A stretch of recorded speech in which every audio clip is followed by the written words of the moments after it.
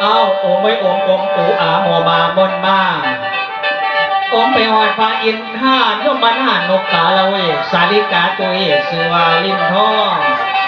คอยขาเสียงห้องขึ้นหนาควนหวนท่านไปฟังก็ให้มวนกันยินเสียงลำให้คนจดคนจำนี่คือดีชาหน่อยไฟผมมีหัวหน่อยไก่มวนให้ยินขอสำคัญอย่าเป็นว่าเรื่องเตียนอย่าสิคนเก่าให้ฟัง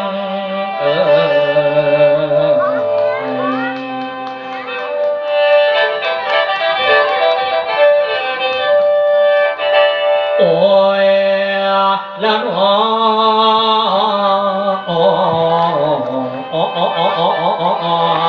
แม่บอกเหตุกลางเว้นวันนี้นะครับอาจารย์เด้อวันนี้ครับผม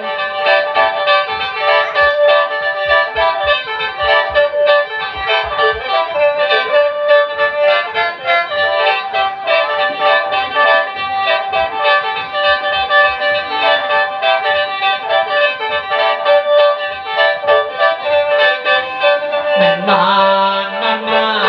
แม่นบ้านบ้านไม้ฟังเด้อเจ้าคุณโพสัตตะกะทังบุญถึงมาขังขึ้นเมื่อนี้หวังเด้อพอหวังไปให้ผู้ที่เพิ่นจากเข้าไปว่าตายเก็บทอดกันอยู่ซึ่งผู้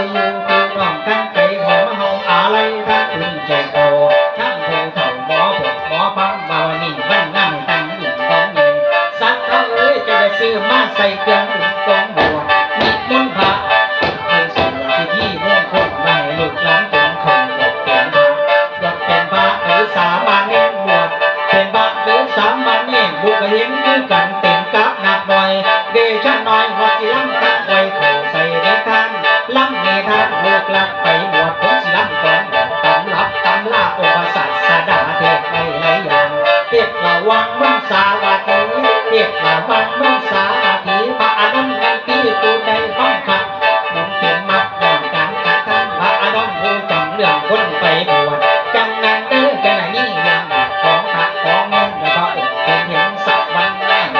เดชะน้อยเสียมาสาเขาหลับนี้ไปบวชลูกอยากบวชในภาษาศาสนาแต่ว่าแม่หลังหน้าบานดึงนั่นเองหวัดนั่งเดือดหกข้อดีแม่คงเน้นนั่นติดไปหาเพื่อนอยู่ป่านั่งนั่งมองถูกยากขัดของใครจะโตแต่ก็ไม่รู้ใจคนหนึ่งหวัดกินเสียวลูกมานั่งเสียบาดหลังตั้งแต่ขึ้นซอยแม่เมื่อนี่แม่อีกก่อนแห้งหลายน่าจะยังมาขายต้นมันเศร้านั่งเรื่องจนแล้วก็รับไปนั่งเพิ่นจนแล้วก็รับไปจะไปนั่งหายใจหรือเสียชีวิตยังกับนิดปล่อยซอยปังยังส่งก็ยืนทั้งหลังหนึ่งก็ยกมาทูบองยังทูขี่ทั้งให้จะปั้นจังในก็ยกมาทูนี่ทูถูกดวงเยี่ยมย่างเอาไปหาประหารหรือเลือกยาพ่อมาพบจาย่อมตีมาตลอดเสียงทางบ้านถามไปสายเหตุตูเป็นเป็ดบ้านนี่ยังตัวข้างบนนักอยู่นักวิ่งยังสุดภูเขาตั้งที่ว่ามีดียังอยากเห็นดุ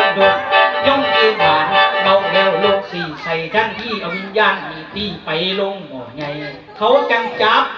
ย่นใส่หมอใหญ่ทองแดงเขาจังจับย่นใส่หมอใหญ่ทองแดงเพราะว่าบุญนั่งแห้งเรื่องมาซอยแล้ว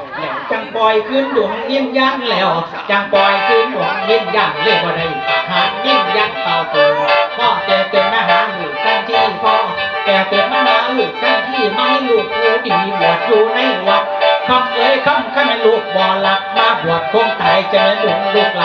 เหลืองซอยแม่จะไม่ดุลูกไหลเหลืองซอยแม่